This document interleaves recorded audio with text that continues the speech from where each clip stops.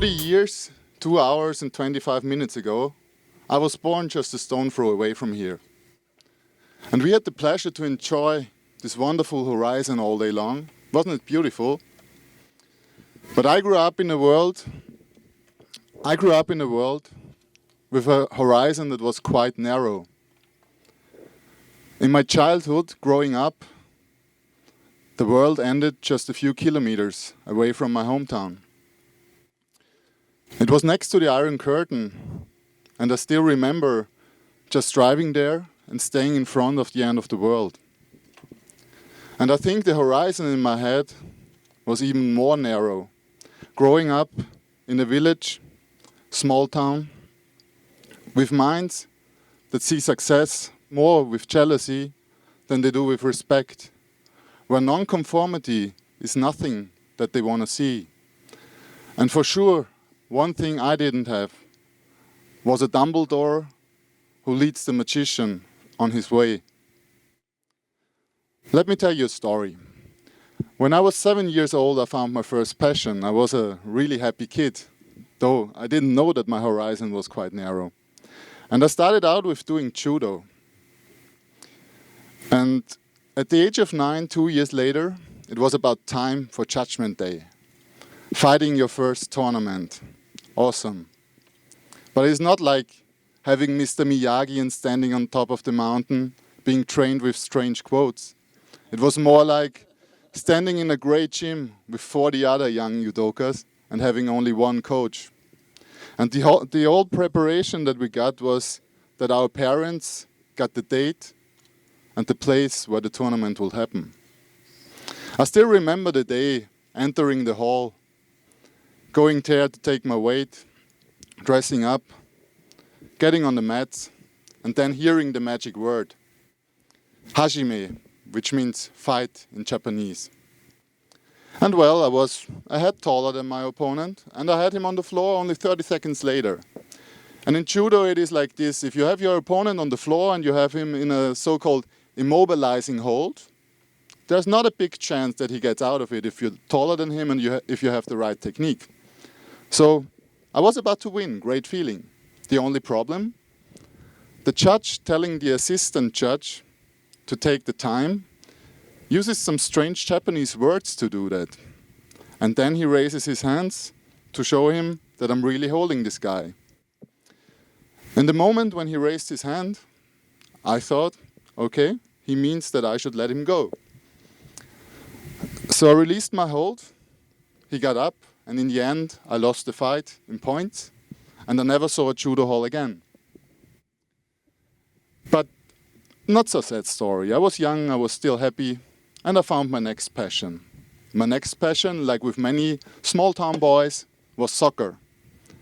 For me it was a bit special because my village was the last team in the table for like the last 20 years. And we, being like the 1984 guys, we were a really strong team. We were even under the first three in our region, but our perspective was only seeing those guys losing each and every weekend. Luckily, with the age of 15, my neighbor's village was searching for a goalkeeper. There's not so many goalkeepers out there, so I had luck, got over there. From then on, my goalkeeping trainer was the under-21 national goalkeeping trainer. Awesome. Big L, rest in peace. Rest in peace.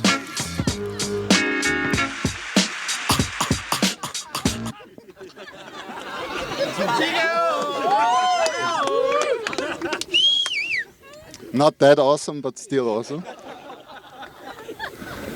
And for the first time I had another perspective. I was the substitute goalkeeper of a team 3 leagues higher. And for the first time I earned money for doing what I loved. Great. The only thing was, my perspective didn't get wider, because my only goal was to be the first goalkeeper one day, not to become a professional goalkeeper in the first league. So a mentor could have helped me to set my perspectives and work with me on my big vision. So next thing was, I needed to find a profession, as I couldn't be a professional in soccer. And I found a love to computers. With the age of 16, I started programming. It led me to even study computer science, though I was in a business school. And in the second semester of computer science, me and a study colleague got our first job. It was an inquiry, could you do a web project for us? You get paid for it. And we were like, oh, that's really awesome. So we did the project. 4 weeks later, he was totally satisfied. We had the greatest time of our lives. And he said, send me a bill. But how can you send a bill if you don't have a company? So we went to the Chamber of Commerce, and a few hours later, we founded a company. You can imagine that my mother wasn't quite amused with this move. And even ourselves weren't amused when 3 months later, the first insurance bills were in our post offices. But we went on and tried to see the positive sides of it. And a mentor is somebody who always shows you the positive sides without presenting you the obstacles. That's just 3 roles a mentor can play. A mentor is the guy who helps you when you're standing at the fork of the road. And most special, a mentor is the one who gives you hope when you don't see any hope anymore. I had the luck to find my mentors at the age of 23. What it did to me is, it totally changed my life. I was a completely unsuccessful student entrepreneur, having fun, but not really having a perspective in life, and not really believing in what I dreamed of. And from the day I got my first sessions with those guys, life changed. They made me believe in the most crazy things that I couldn't even dream of, and they made me dream even bigger. And the project we started was founding an international TV channel with the most remarkable and inspirational people out there. The only thing I had at that moment was a camera, a microphone and passion. And when I look at this first pitch that I did back then in 2010, it seems totally crazy what I tell on camera there. And looking at it 4 years later, after many failures, many ups and downs, but also having great fun, we're just in front of making this vision a reality. So, I could be very lucky looking every day into the mirror and being one of the happiest guys around, believe me. It's really great doing that. We're traveling the world, meeting the most remarkable people, portraying them and trying to inspire others to to follow their dreams. But there was one quote that inspired me.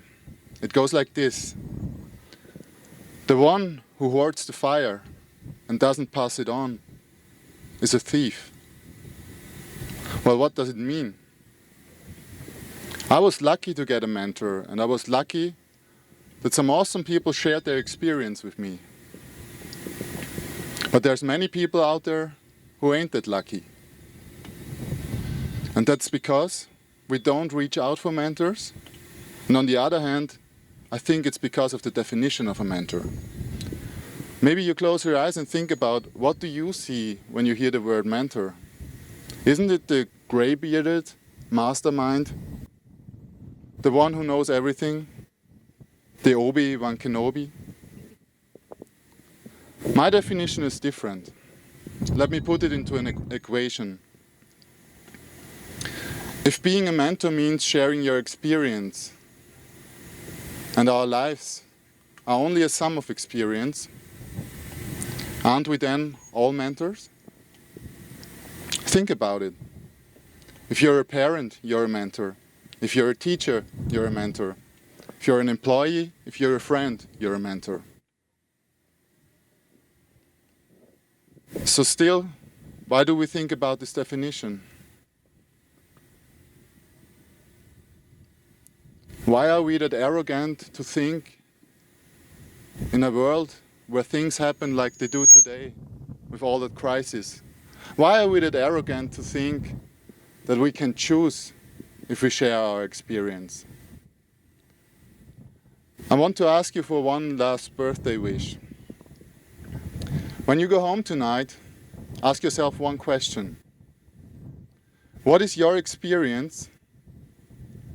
Who is the person who could profit from your experience? And whom could you be the mentor that you wish you had? Thank you very much.